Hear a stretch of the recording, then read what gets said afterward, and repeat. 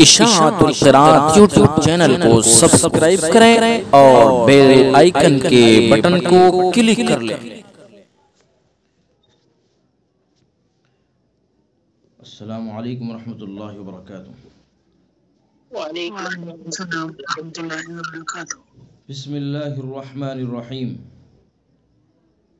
تجوید کی on line class کا سلسلہ چل رہا ہے اور آج اصول التجوید حصہ دوم کا سبق ہے۔ اصول التجوید حصہ دوم کے اندر جو سبق چل رہا ہے صفات کا بیان اور صفات کا آخری بیان چل رہا ہے،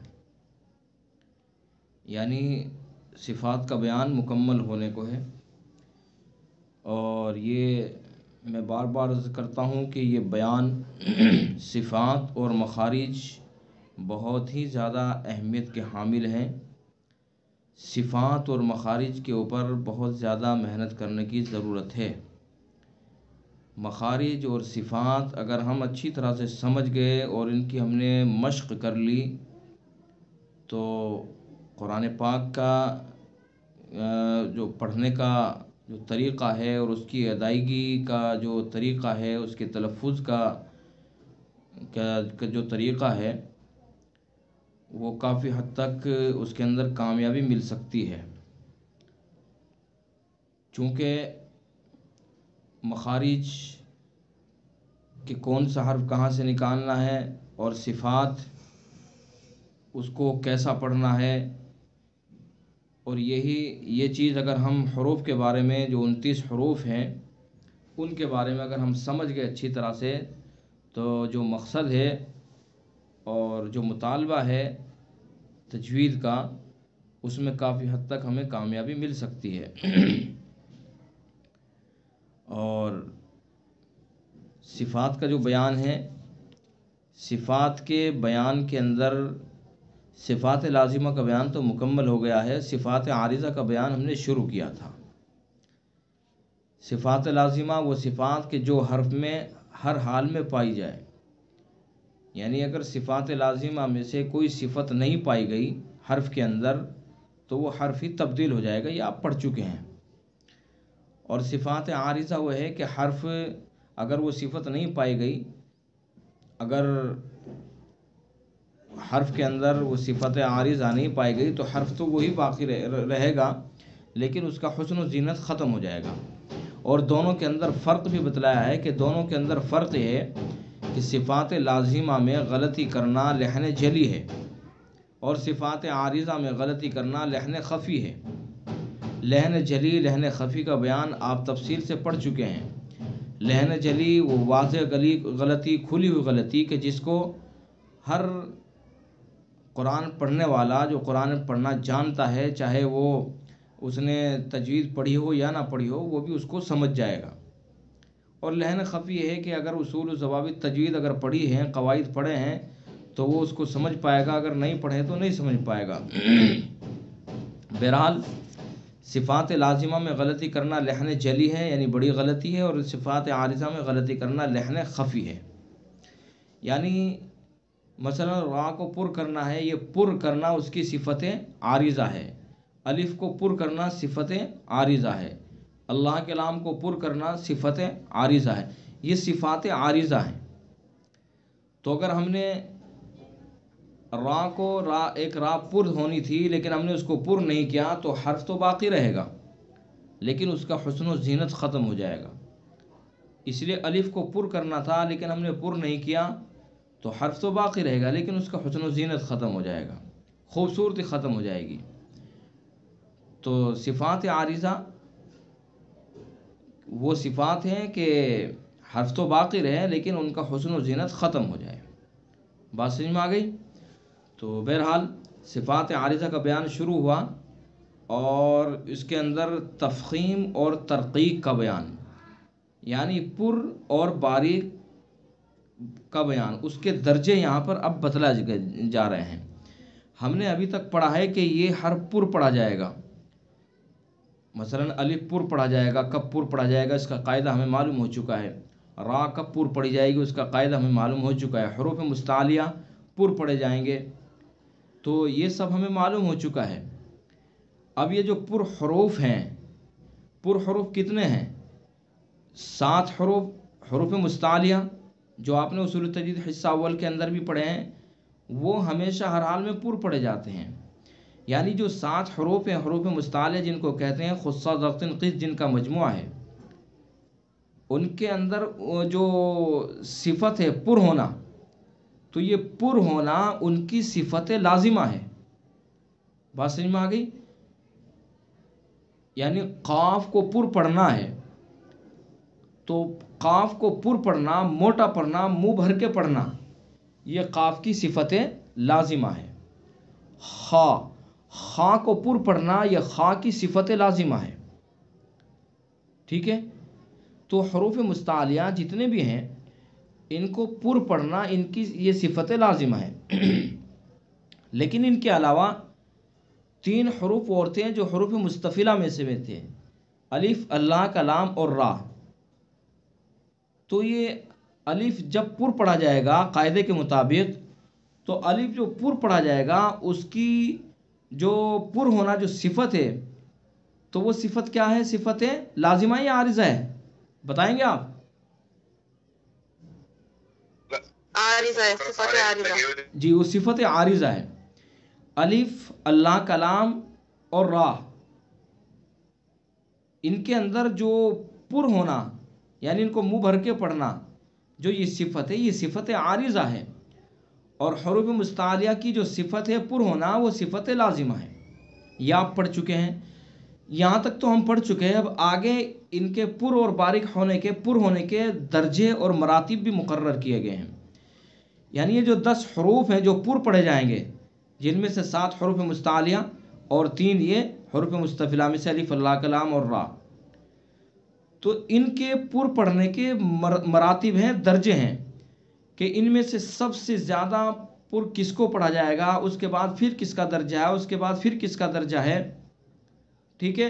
اور پھر حروف کے اندر بھی درجے ہیں کہ حروف کے اندر جو مراتب ہیں، جو درجے ہیں، ان حروف کے اندر سب سے زیادہ کون سا حرف پر پڑھا جائے گا. تو آج کا سبق ہمارا یہ ہے، اس کو سمجھ لیتے ہیں اور پھر یہ صفات عارضہ کا بیان کو مکمل کر لیتے ہیں. صفات عارضہ کے بیان کے بعد کچھ اور اہم قواعد ہیں، ان کو بھی انشاءاللہ پڑھیں گے اور ان کو بھی سیکھیں گے. چلیے اب کتاب کے اندر چلتے ہیں. آج کا سبق دیکھتے ہیں کہاں تک ہم پہنچے ہیں.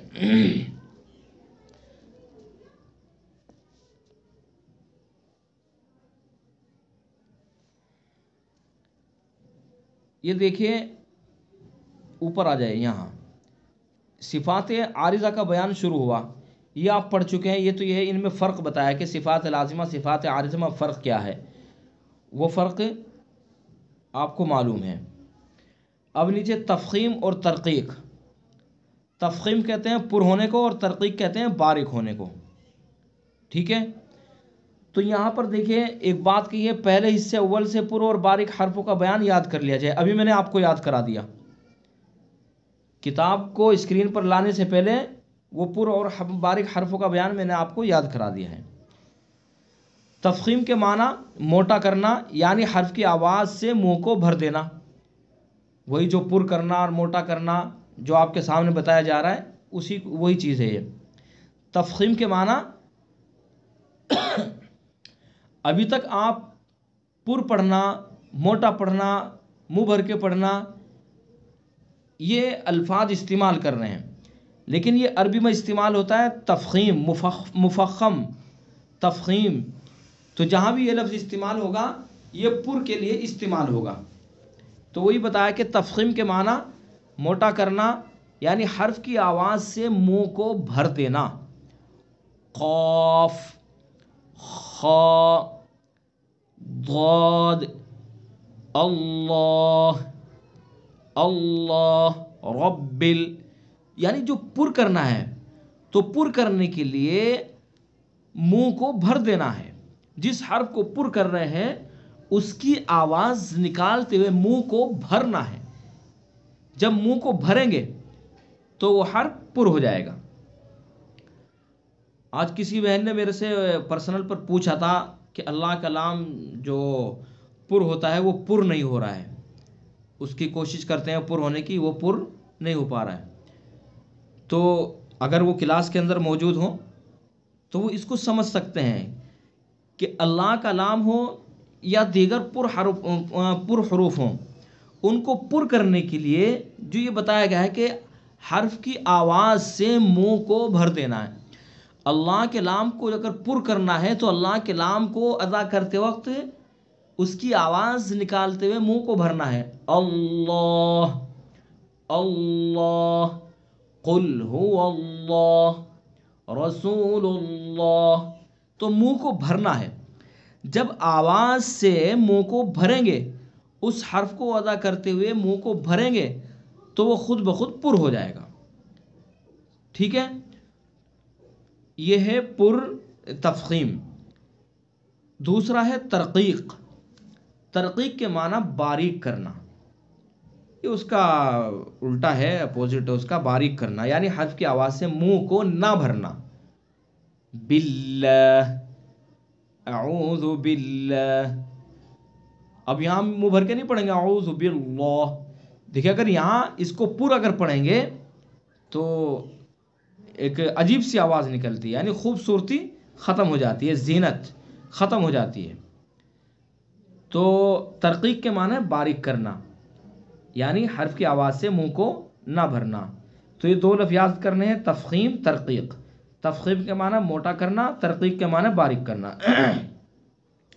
تم نے پر اور باریک حرفوں کے بیان میں پڑھا ہے کہ پر ہونے والے حروف 10 ہیں۔ یہ سب چیز میں آپ کو سمجھا چکا ہوں، اسکرین پر آنے سے پہلے، یہ کتاب کو شیئر کرنے سے پہلے میں آپ کو سمجھا چکا ہوں۔ وہی 10 حروف ہیں یہ، کہ پر ہونے والے حروف 10 ہیں: خصا، ضغط، قز، الف، اللہ کلام اور را۔ ان میں سے خصا، ضغط، قز یہ حروف مستعلیہ ہیں، ان میں تفخیم صفت لازمہ ہے۔ بات سمجھ میں ہے کہ میں سمجھا چکا ہوں آپ کو۔ اور الف، اللہ کا لام، را میں تفخیم صفت عارضہ ہے اور ترقیق صفت لازمہ ہے۔ بات سمجھ میں آ گئی؟ یہ اوپر والے جو خصا، ضغط، قز حروف مستعلیہ ہیں، ان کے اندر تو تفخیم صفت لازمہ ہے۔ جب تفخیم صفت لازمہ ہے تو یہ حروف باریک ہوں گے ہی نہیں۔ اگر یہ حروف باریک اگر پڑھیں تو یہ لہن جلی غلطی ہوگی، ٹھیک ہے؟ لیکن یہ 3 حروف الف، اللہ کلام اور را، ان کے اندر تفخیم صفت عارضہ ہے، اور یہ چونکہ باریک بھی ہوتے ہیں قاعدے کے مطابق، بھئی الف سے پہلے باریک حرف ہوگا تو الف پر ہوگا، باریک ہوگا، اللہ کے لام سے پہلے زیر ہوگا تو اللہ کا لام باریک ہوگا، اور را کے جو آپ نے قاعدے پڑھے ہیں کہ زیر کی حرکت ہوگی تو را باریک پڑھا جائے گا۔ تو ان 3 حرفوں میں تفخیم، اب یہی لفظ استعمال کیا جائے گا، تفخیم کیا ہے؟ صفت لازمہ ہے، وہ صفت عارضہ ہے، اور ترقیق کیا ہے؟ ان میں صفت لازمہ ہے۔ بات سمجھ میں آ گئی؟ اچھا، اب آگے چلیے، پر ہونے والے حرفوں کے درجے، یہاں سے ان کے درجے بیان کیے گئے ہیں۔ اتنی بات تو ہمیں سمجھ میں آ گئی کہ کون سے حرف پر پڑھے جائیں گے، ٹھیک ہے؟ اور اتنی بات بھی ہمیں سمجھ میں آ گئی کہ کون سے حرفوں کے اندر تفخیم صفت لازمہ ہے اور کن حرفوں کے اندر تفخیم صفت عارضہ ہے۔ یہ سب بات سمجھ میں آ گئی ہے۔ اب ہمیں یہ سمجھنا ہے کہ ان میں سب سے زیادہ پر کس کو کرنا ہے، وہ ترتیب ہے، وہ درجے ہیں، ان کو یہاں پر بیان کیا گیا ہے۔ پر ہونے میں زیادتی اور کمی کے اعتبار سے ان حرفوں کے 9 درجے ہیں۔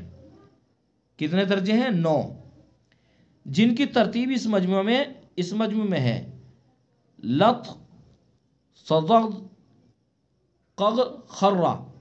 یہ مجموعہ ہے، آپ ان کو سنگل بھی یاد کر سکتے ہیں۔ مجموعہ اس لیے بتایا جاتا ہے کہ مجموعہ یاد کرنے میں آسانی ہو جاتی ہے، لیکن سنگل آپ یاد کر لیں: لام، طا، صاد، ضاد، ظا، قاف، غین، خا، را، ٹھیک ہے؟ یہ ترتیب ہے ان کی، یعنی جس ترتیب سے اس مجموعے میں دیے ہیں اسی ترتیب سے ان کو پر کیا جائے گا۔ یعنی سب سے پہلے نمبر کس کا آئے گا؟ لام کا۔ سب سے زیادہ پر اللہ کا لام ہے، اللہ، اللہ، قل هو اللہ، سب سے زیادہ پر اللہ کا لام پڑھا جائے گا۔ پھر طا، تو اس کے بعد اللہ کے نام کے بعد تو کا نمبر آتا ہے. یہ مراتب ہیں ان کے اندر. اس ترتیب سے جو مجموعہ بتا دیا اسی ترتیب سے ان کو پر پڑھا جائے گا. پر تو پڑھے جائیں گے لیکن پر پڑھنے کے ان کی ترتیب بتائی ہے کہ سب سے زیادہ پر کس کو پڑھا جائے گا. سب سے زیادہ پر اللہ کے نام کو، پھر طا کو، پھر صاد کو، پھر ضاد کو، پھر ضا کو، پھر قاف کو، پھر غین، پھر خا، پھر را. رہا الف، سو وہ جس حرف کے بعد ہوگا اسی کے درجے میں پر ہوگا. پس الف کے پر ہونے کے بھی 9 ہی درجے ہیں. ان کی تو ترتیب بتا دی، لیکن الف تو چونکہ پہلے حرف کے تابع ہوتا ہے نا، تو اس سے پہلے جو حرف ہوگا یہ جو درجے بتا دیے ہیں، یعنی اگر الف سے پہلے طا ہوگا تو الف کو بھی طا ہی کے مطابق پر کیا جائے گا. الف سے پہلے صاد ہوگا تو اس کو صاد ہی کے مطابق پر کیا جائے گا. ٹھیک ہے. را ہوگا پر تو اسی کے مطابق پر کیا جائے گا. تو اس لیے یہ 9 حروف ہوئے، ان کی ترتیب یہ ہوئی، ان کے 9 درجے ہو گئے. اور الف چونکہ ان حروف کے تابع ہے، ان حروف ہی کی وجہ سے الف پر پڑھا جائے گا، تو لہذا الف کے بھی 9 درجے اس وجہ سے ہو جاتے ہیں. بات سمجھ میں آ گئی؟ اب آگے تفخیم میں مراتب، یعنی پر ہونے کے درجے. یہ تو ترتیب بتا دی کہ سب سے کس ترتیب سے پر پڑھا جائے گا، سب سے زیادہ کون سا پڑھا. اب حروف کے اندر درجے بتائے ہیں، یعنی پر ہونے کے درجے. پھر ان حرفوں میں سے ہر حرف کے پر ہونے کے 4 درجے ہیں. کتنے درجے ہیں؟ 4. نمبر 1 سب سے زیادہ پر وہ جس پر زبر ہو اور اس کے بعد الف ہو، وہ سب سے زیادہ پر پڑھا جائے گا. جو پر حروف ہیں ان کے درجے اوپر بتا دیے. اب ان حروف کے درجے ہیں، ان کے 4 درجے بتائے ہیں کہ سب سے زیادہ پر وہ حرف پڑھا جائے گا کہ جس کے اوپر زبر ہو، یعنی اس پر حرف کے اوپر زبر ہو اور اس کے بعد الف ہو. جیسے طال، طا کے اوپر زبر ہے اور اس کے بعد الف ہے، تو یہ سب سے زیادہ پر پڑھا جائے گا. طال، طال. ٹھیک ہے.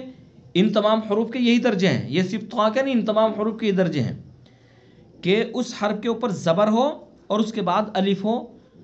ٹھیک ہے. اور نمبر 2 اس سے کم، یعنی اس سے طالہ سے کم درجہ وہ جس پر زبر ہو اور اس کے بعد الف نہ ہو. ٹھیک ہے. جیسے انطلقوا، طا زبر تو ہے لیکن اس کے بعد الف نہیں ہے، تو پر یہ بھی پڑھا جائے گا انطلقوا، لیکن طا سے کم پڑھا جائے گا. طالہ سے جس کے بعد الف ہو اس سے کم پڑھا جائے گا. طال انطلقوا، پر تو بھی پڑھا جا رہا ہے لیکن اس سے کم درجہ ہوگا اس کا. انطلقوا. اچھا. نمبر 3 اس سے کم وہ جس پر پیش ہو، جیسے محیط. ٹھیک ہے. طا کے اوپر پیش ہے. نمبر 4 اس سے کم وہ جس پر زیر ہو، جیسے باطل، باطل. تو یہ درجے ہیں پر پڑھنے کے حرفوں کے. یہ درجے ہیں کہ سب سے زیادہ پر وہ پڑھا جائے گا کہ اس حرف کے اوپر زبر ہو اور اس کے بعد الف، اور اس کے بعد نمبر وہ ہے کہ اس پر زبر ہو اور اس کے بعد الف نہ ہو، اور اس کے بعد اس حرف کے اوپر پیش ہو اور اس کے بعد اس حرف کے اوپر اس کے نیچے زیر ہو. اور ساکن مفخم، یعنی پر ہونے والا ساکن حرف ما قبل کی حرکت کے تابع ہے. یہ ساکن مفخم، یعنی جو پر ہونے والا حرف ساکن ہے تو اس کا کیا مقام ہے، اس کا کیا درجہ ہے. تو یہ بتا دیں کہ جو اس سے پہلے جو حرکت ہے اس کے مطابق اس کو پر پڑھا جائے گا، اور وہ درجے آپ پڑھ چکے ہیں. ٹھیک ہے. دیکھیں اس کو بتا رہے ہیں، اس کے ساکن کے 3 درجے ہیں. نمبر 1 وہ ساکن جس سے پہلے زبر ہو. سب سے زیادہ پر وہی تو ہوتا ہے نا کہ جو جس کے اوپر زبر ہو اور اس کے بعد الف ہو. تو چونکہ ساکن ہے، ساکن جو ہے ما قبل کی حرکت کے تابع ہے، تو وہ ساکن جس سے پہلے زبر ہو دوسرے درجے کا پر ہوتا ہے. جیسے یرجعون، یرجعون، را پر پڑھا جائے گا اور اس سے پہلے دیکھیے زبر ہے. نمبر 2 وہ ساکن جس سے پہلے پیش ہو، یہ تیسرے درجے کا پر ہوتا ہے. جیسے یرجعون، را ساکن ہے یعنی پر حرف راز را اور اس سے پہلے پیش ہے۔ نمبر 3 وہ ساکن جس سے پہلے زیر ہو چوتھے درجے کا پر ہوتا ہے، جیسے قرطاس، قرطاس کی را بھی تو پر ہوگی نا، تو قرطاس کی را پر ہے اور اس سے پہلے چونکہ زیر ہے تو اس لیے پر تو ہے، لیکن یرجعون سے کم درجے کا پر ہوگا۔ سب سے زیادہ ان میں یرجعون پر ہوگا، اس کے بعد نمبر یرجعون، اس کے بعد قرطاس، یعنی پر یہ بھی ہوگا لیکن ان کے بعد اس کا نمبر آئے گا۔ قاری کو چاہیے کہ وہ تفخیم کے ان درجوں کا خیال رکھے، یہ جو درجے ہیں بیان کر دی گئے آپ کے سامنے، ان کا خیال رکھیں، ان کے مطابق ان حروف کو پر پڑھا جائے، ٹھیک ہے۔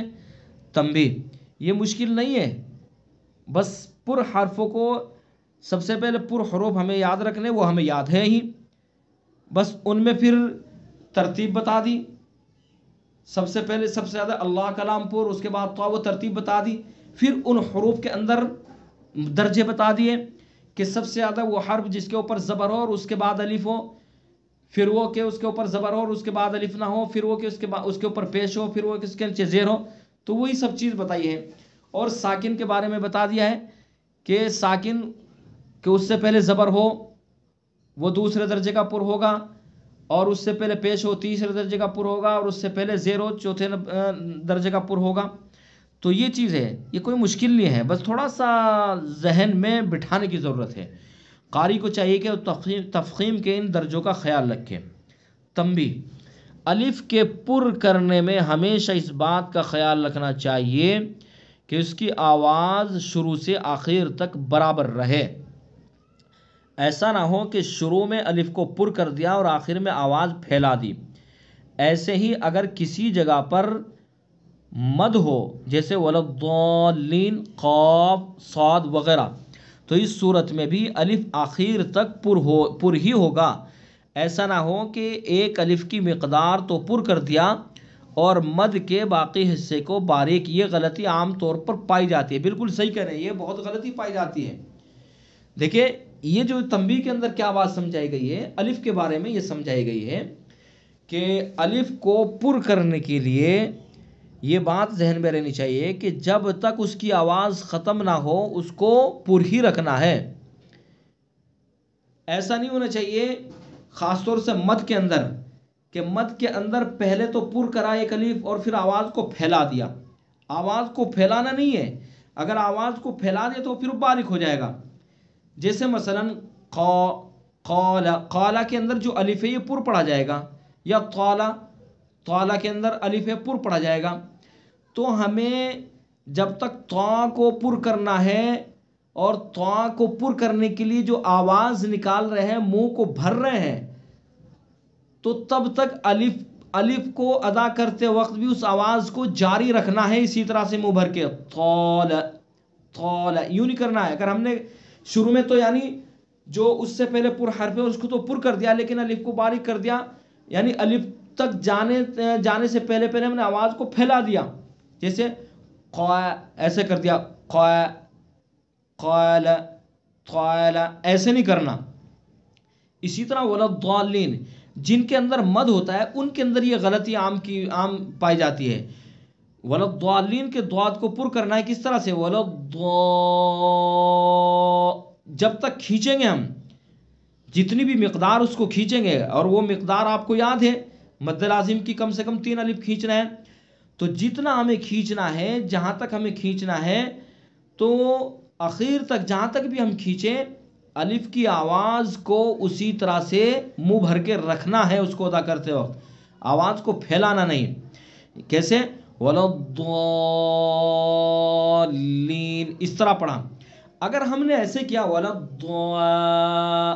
اس طرح سے غلطی کی جاتی ہے، عام غلطی پائی جاتی ہے یہ، بلکہ بہت سے امام کے پیچھے بھی اس طرح کے ہم نے کئی نماز پڑھی ہے، اس طرح سے غلطی کر دیتے ہیں۔ وہ بہت سے امام بھی کیا کر دیتے ہیں، اس طرح کر دیتے ہیں ولضالین، یعنی ضاد کو تو پر کیا ایک الف اور اس کے بعد آواز کو پھیلا دیا، تو آواز کو پھیلانا نہیں ہے، منہ بھر کے ہی رکھنا ہے آواز کو جب تک الف ادا نہ ہو جائے۔ ولضالین اس طرح سے، ایسے نہیں کرنا اسی طرح سے قاف، قاف، ٹھیک ہے. اگر ہم نے ایسے نہیں کرنا ہے، آواز کو پھیلانا نہیں ہے، تو خاص طور سے مدات کے اندر جس حرف کے اندر مد ہوتا ہے اس کے اندر یہ غلطی کی جاتی ہے، تو اس کے اوپر توجہ دینے کی ضرورت ہے. بات سمجھ میں آ گئی؟ تو وہی سمجھایا گیا ہے تنبیہ کے اندر. ایسے ہی اگر کسی جگہ پر مد ہو، جیسے وَلَضَّالِّينَ، قاف، صاد وغیرہ، تو اس صورت میں بھی الف اخیر تک پر ہی ہوگا. ایسا نہ ہو کہ ایک الف کی مقدار تو پر کر دیا اور مد کے باقی حصے کو باریک. یہ غلطی عام طور پر پائی جاتی ہے، تو اس غلطی سے اصلاح کرنے کی ضرورت ہے. اور اگر کوئی اس طرح آپ کے سامنے پڑھے تو اس کو ٹوکیں، اس کو سمجھائیں کہ بھائی یہ پر حرف ہے اور اس کے ساتھ الف بھی پر ہے. اگر الف کو اگر مد 4 الف کھینچنا ہے تو 4 الف تک الف کو پر ہی کرنا ہے. یہ نہیں کہ ایک الف تو پر کر دیا اور پھر بعد میں آواز کو پھیلا دیا، آواز کو پھیلانا نہیں ہے. ٹھیک ہے. تو یہ صفات عارضہ کا آگے کچھ 1-2 قاعدے بتائے ہیں، ان کو بھی دیکھ لیں گے. لیکن اس کے بعد پھر دوسرے قاعدے ہائے ضمیر اور حرکت وغیرہ کے ہیں، تو انشاءاللہ ان کو پھر اگلی کلاس کے اندر پڑھیں گے. اور امید ہے کہ انشاءاللہ رمضان سے پہلے ایک کلاس اور ہو جائے گی، اور اگر کوئی عذر پیش نہیں آیا تو انشاءاللہ کلاس ہوگی، اور اگر اللہ کی مرضی نہیں ہوئی تو نہ بھی ہوگی. اور رمضان کے اندر تو یہ سلسلہ بند کر دیا جاتا ہے چونکہ اس وقت موقع نہیں ملتا ہے. لیکن انشاءاللہ جب بھی کلاس شروع ہوگی رمضان کے بعد یہیں سے اس کو آگے بڑھائیں گے، اور جو چند قواعد اس کے اندر بچ رہے ہیں ان کو مکمل کریں گے. اور چند ساتھی، چند احباب ہمارے خواتین و حضرات ایسے ہیں کہ جو مسلسل اس کتاب کو پابندی سے پڑھ رہے ہیں، تو ان کے لیے انشاءاللہ اس کتاب کو مکمل کیا جائے گا. اور جو حصہ ہم نے شروع سے یہ شروع کیا ہے اس کو اسی کے مطابق اسی طرح سے جاری رکھیں گے. خیر، وقت کافی ہو چکا ہے، بس آج کی کلاس یہیں پر ختم کرتے ہیں. انشاءاللہ اگلی کلاس کے اندر ملاقات ہوگی. السلام علیکم ورحمۃ اللہ. اشاعت القراءت یوٹیوب چینل کو سبسکرائب کریں اور بیل آئیکن کے بٹن کو کلک کر لیں.